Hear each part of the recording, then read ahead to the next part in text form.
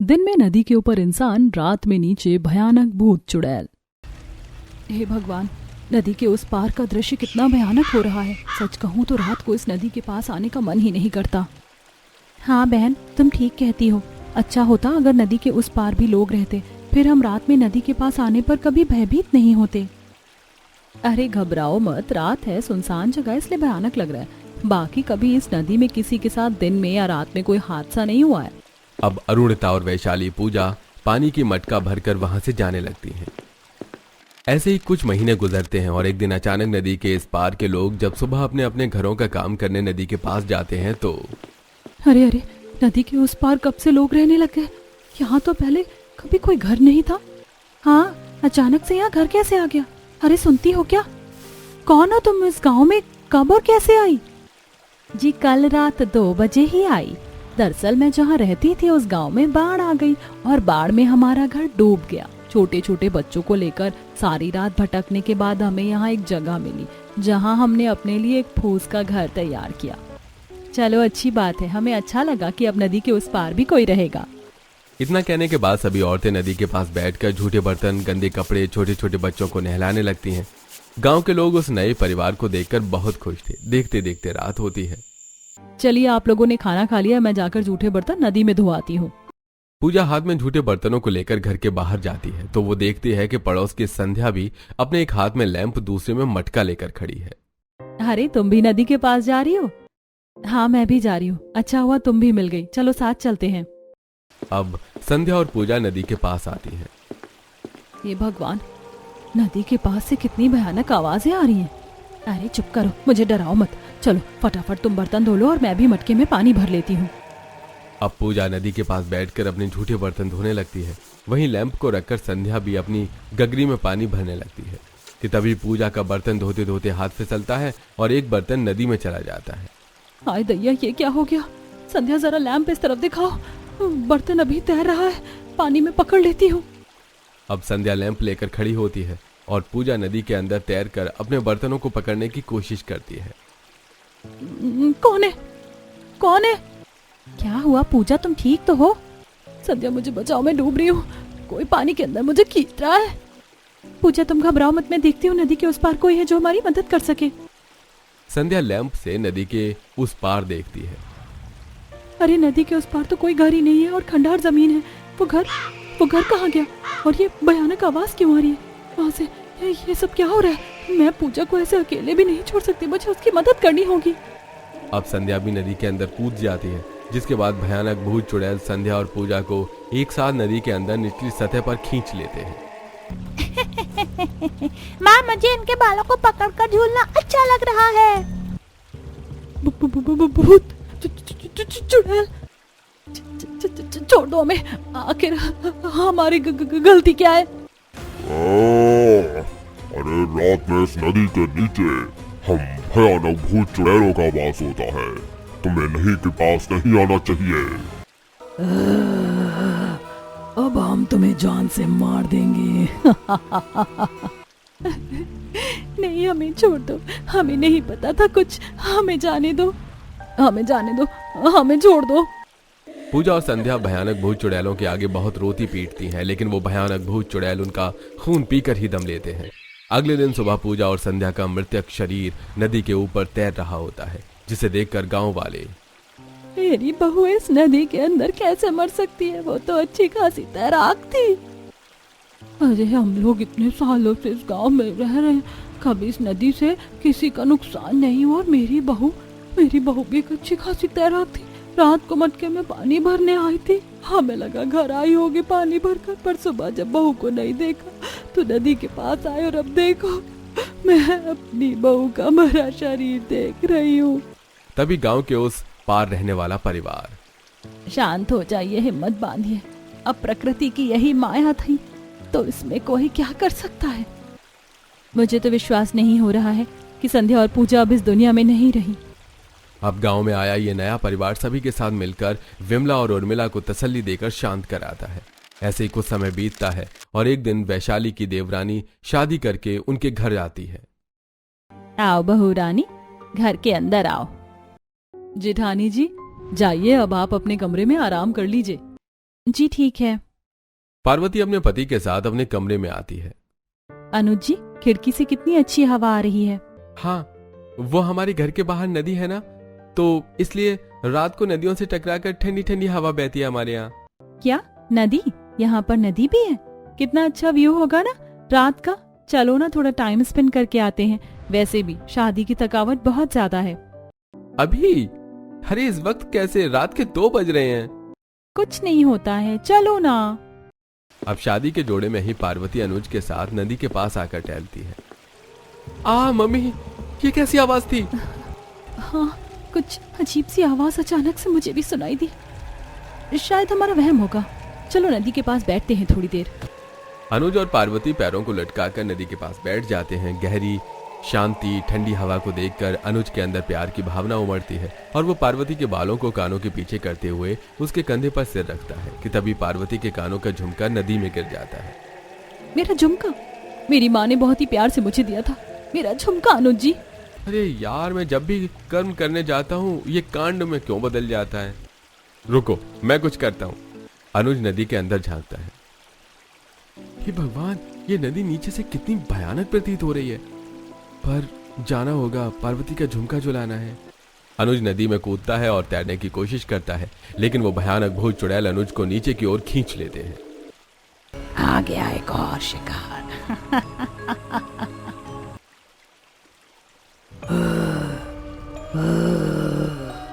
आवाज तो नदी की ऊपरी सतह से दोनों जनों की आ रही थी, फिर तू अकेला कैसे आया? लगता है इसका साथी अभी नदी के ऊपर ही है, उसे भी नीचे की ओर लाना पड़ेगा।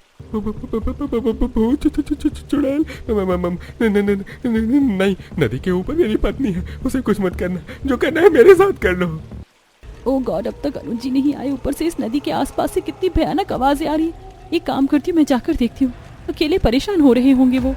पार्वती बिना कुछ सोचे नदी के अंदर जाती है और नदी के नीचे का भयानक दृश्य देखकर पार्वती थर थर कांपने लगती है।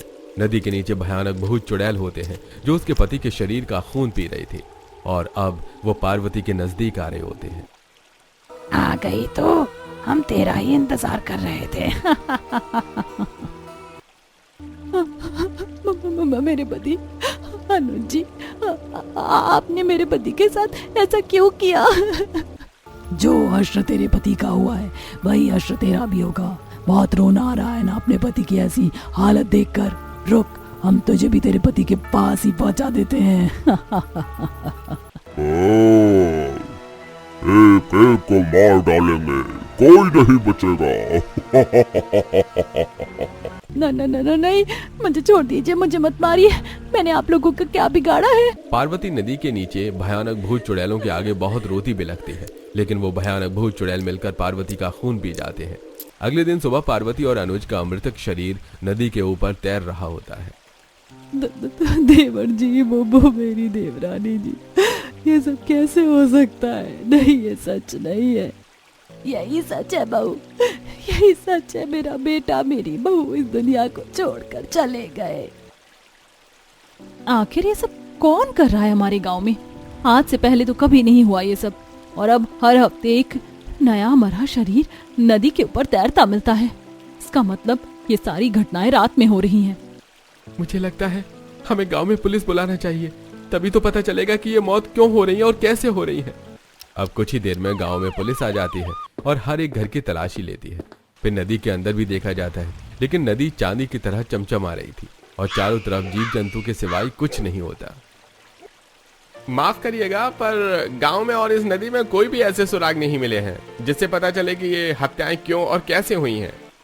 पुलिस की बातें सुनकर गांव के लोग सब्र का बांध बांध लेते हैं। ऐसे कुछ हफ्ते फिर गुजरते हैं और एक दिन गांव का पवन रात में नदी के पास आता है। आखिर क्या माजरा है इस नदी का? अच्छा, नदी के उस पार भी तो लोग रहते हैं, क्या उनको भी कभी पता नहीं चलता कि ये मौत क्यों हो रही है? एक बार देखता हूँ नदी के उस पार के लोग क्या कर रहे हैं। पवन टॉर्च जलाकर नदी के उस पार देखता है। अरे, गांव के उस पार तो एकदम सुनसान खाली पड़ा है, पर वहां तो एक घर और उस घर में परिवार रहने आए थे ना, वो लोग कहाँ हैं? अगले दिन सुबह पवन जब ये बातें गांव वालों से बताता है तो गांव वाले उसके ऊपर हंसकर अरे पवन भाई, तुमने कल रात ज्यादा पी ली थी क्या? वो देखो, वो तो रहा घर, परिवार, सब तो है नदी के उस पार। अरे क्या हुआ शेखर भाई, आप ऐसे क्यों हंस रहे हैं पवन जी के ऊपर? अरे कुछ नहीं किशोर भाई, ये पवन कहता है कल रात यहाँ पर कोई घर ही नहीं था और ये जगह एक भयानक दृश्य जैसी प्रतीत हो रही थी। अरे मेरा यकीन करो, मैं सच कह रहा हूँ। अरे भैया जी, ऐसा कैसे हो सकता है? हम तो यहीं थे, जरूर आपसे कोई धोखा हुआ होगा। सभी लोग पवन की बातों को मजाक में उड़ा देते हैं। तभी उस रात गांव के दो जवान लड़कियां शिप्रा और दुर्गा अपना आईफोन लेकर नदी के पास जाती हैं। शिप्रा, तुझे कोई और जगह नहीं मिली वीडियो बनाने के लिए जो तू इस भयानक नदी के पास आ गई? मुझे तो बहुत अजीबो गरीबो डरावनी आवाजें आ रही है यहाँ से। अरे तू चुप कर, तू कितनी फट्टू है। बोलो मत, हम यहाँ अपना ट्रेंड पूरा करने आए हैं जो आजकल चल रहा है, नदी के अंदर डूबकर आईफोन से वीडियो बनाने का। चलो पहले मैं नदी में जाती हूँ, फिर तुम आना। अब शिप्रा फोन लेकर नदी के अंदर तैरने लगती है। ओ गॉड, कैसी भयानक आवाज आ रही है नदी के चारों ओर। शिप्रा, शिप्रा यार जल्दी करो। दूसरी तरफ शिप्रा नदी के अंदर डूबती ही जा रही थी। नदी के नीचे भयानक भूत चुड़ैल शिप्रा के पैरों पर वार कर रहे हैं, नाखून से नोच रहे हैं, बच्चे दांतों से उसके पैरों को काट रहे हैं। बचाओ, बचाओ, कौन है? कोई मेरे पैरों को जकड़ रहा है। दुर्गा, मुझे बाहर आना है। अरे क्या हुआ शिप्रा, कौन जकड़ रहा है तुम्हारे पैरों को? रुको रुको, मैं आती हूँ। अब बिना कुछ सोचे दुर्गा भी नदी के अंदर कूद जाती है और फिर वो भयानक भूत चुड़ैल दुर्गा की टांगों को भी जख्मी करने लगते हैं और धीरे धीरे नदी के नीचे खींच लेते हैं। मेरे पैर, मेरे पैर छोड़ो मम्मी।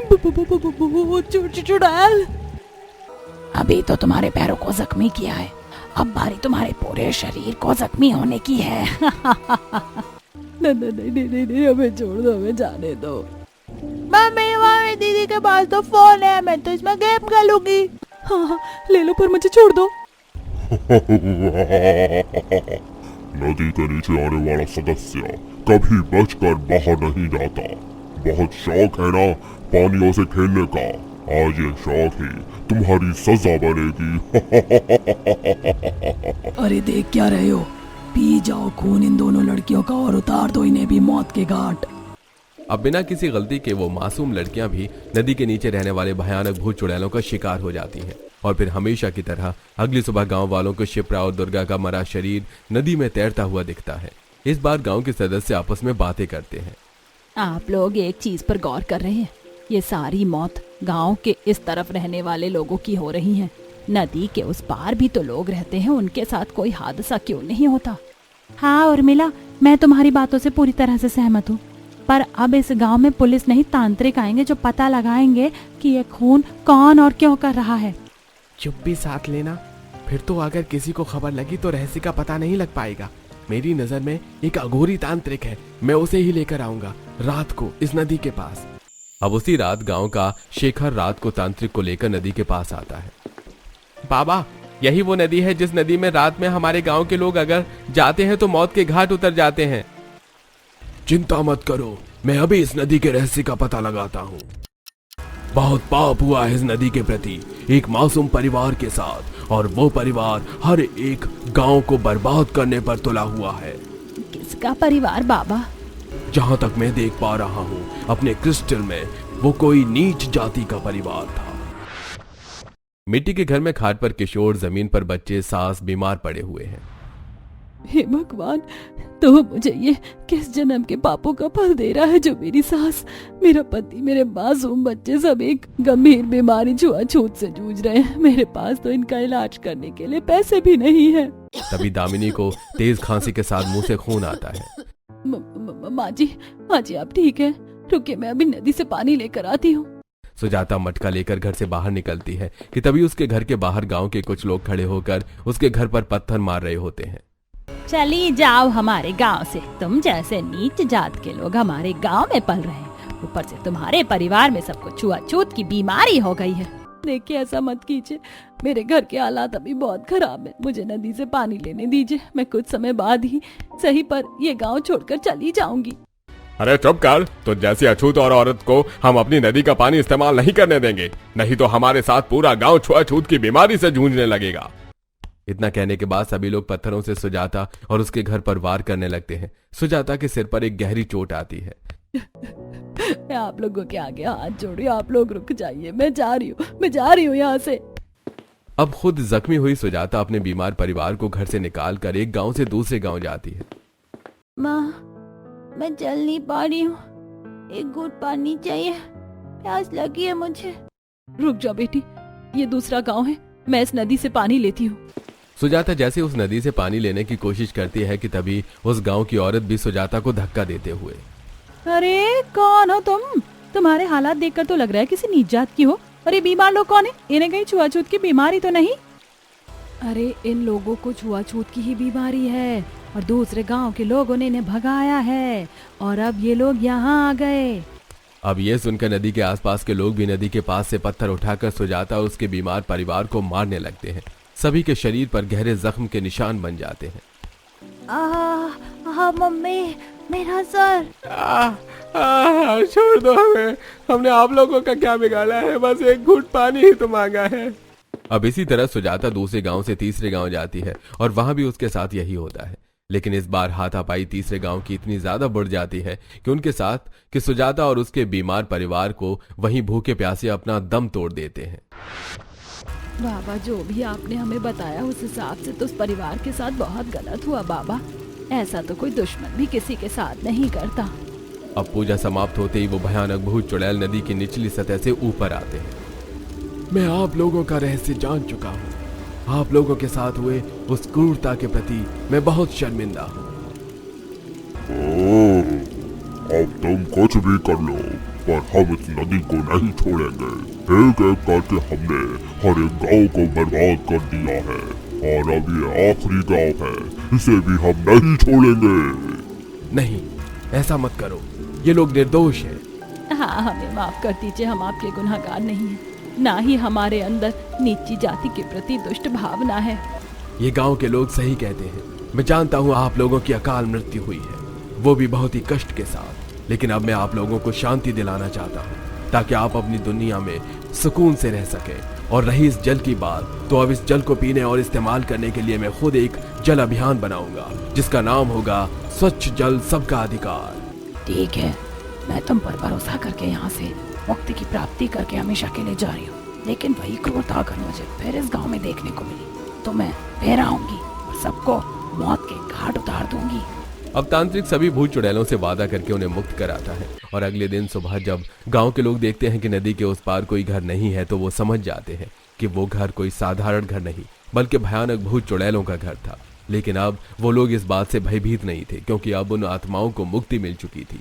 और साथ ही अब गांव के लोगों ने तांत्रिक के कहने पर नदी के आगे एक बहुत बड़ा बोर्ड लगा दिया था, स्वच्छ जल सबका अधिकार, जिससे हर जाति के लोग उस पानी का इस्तेमाल कर पाते थे।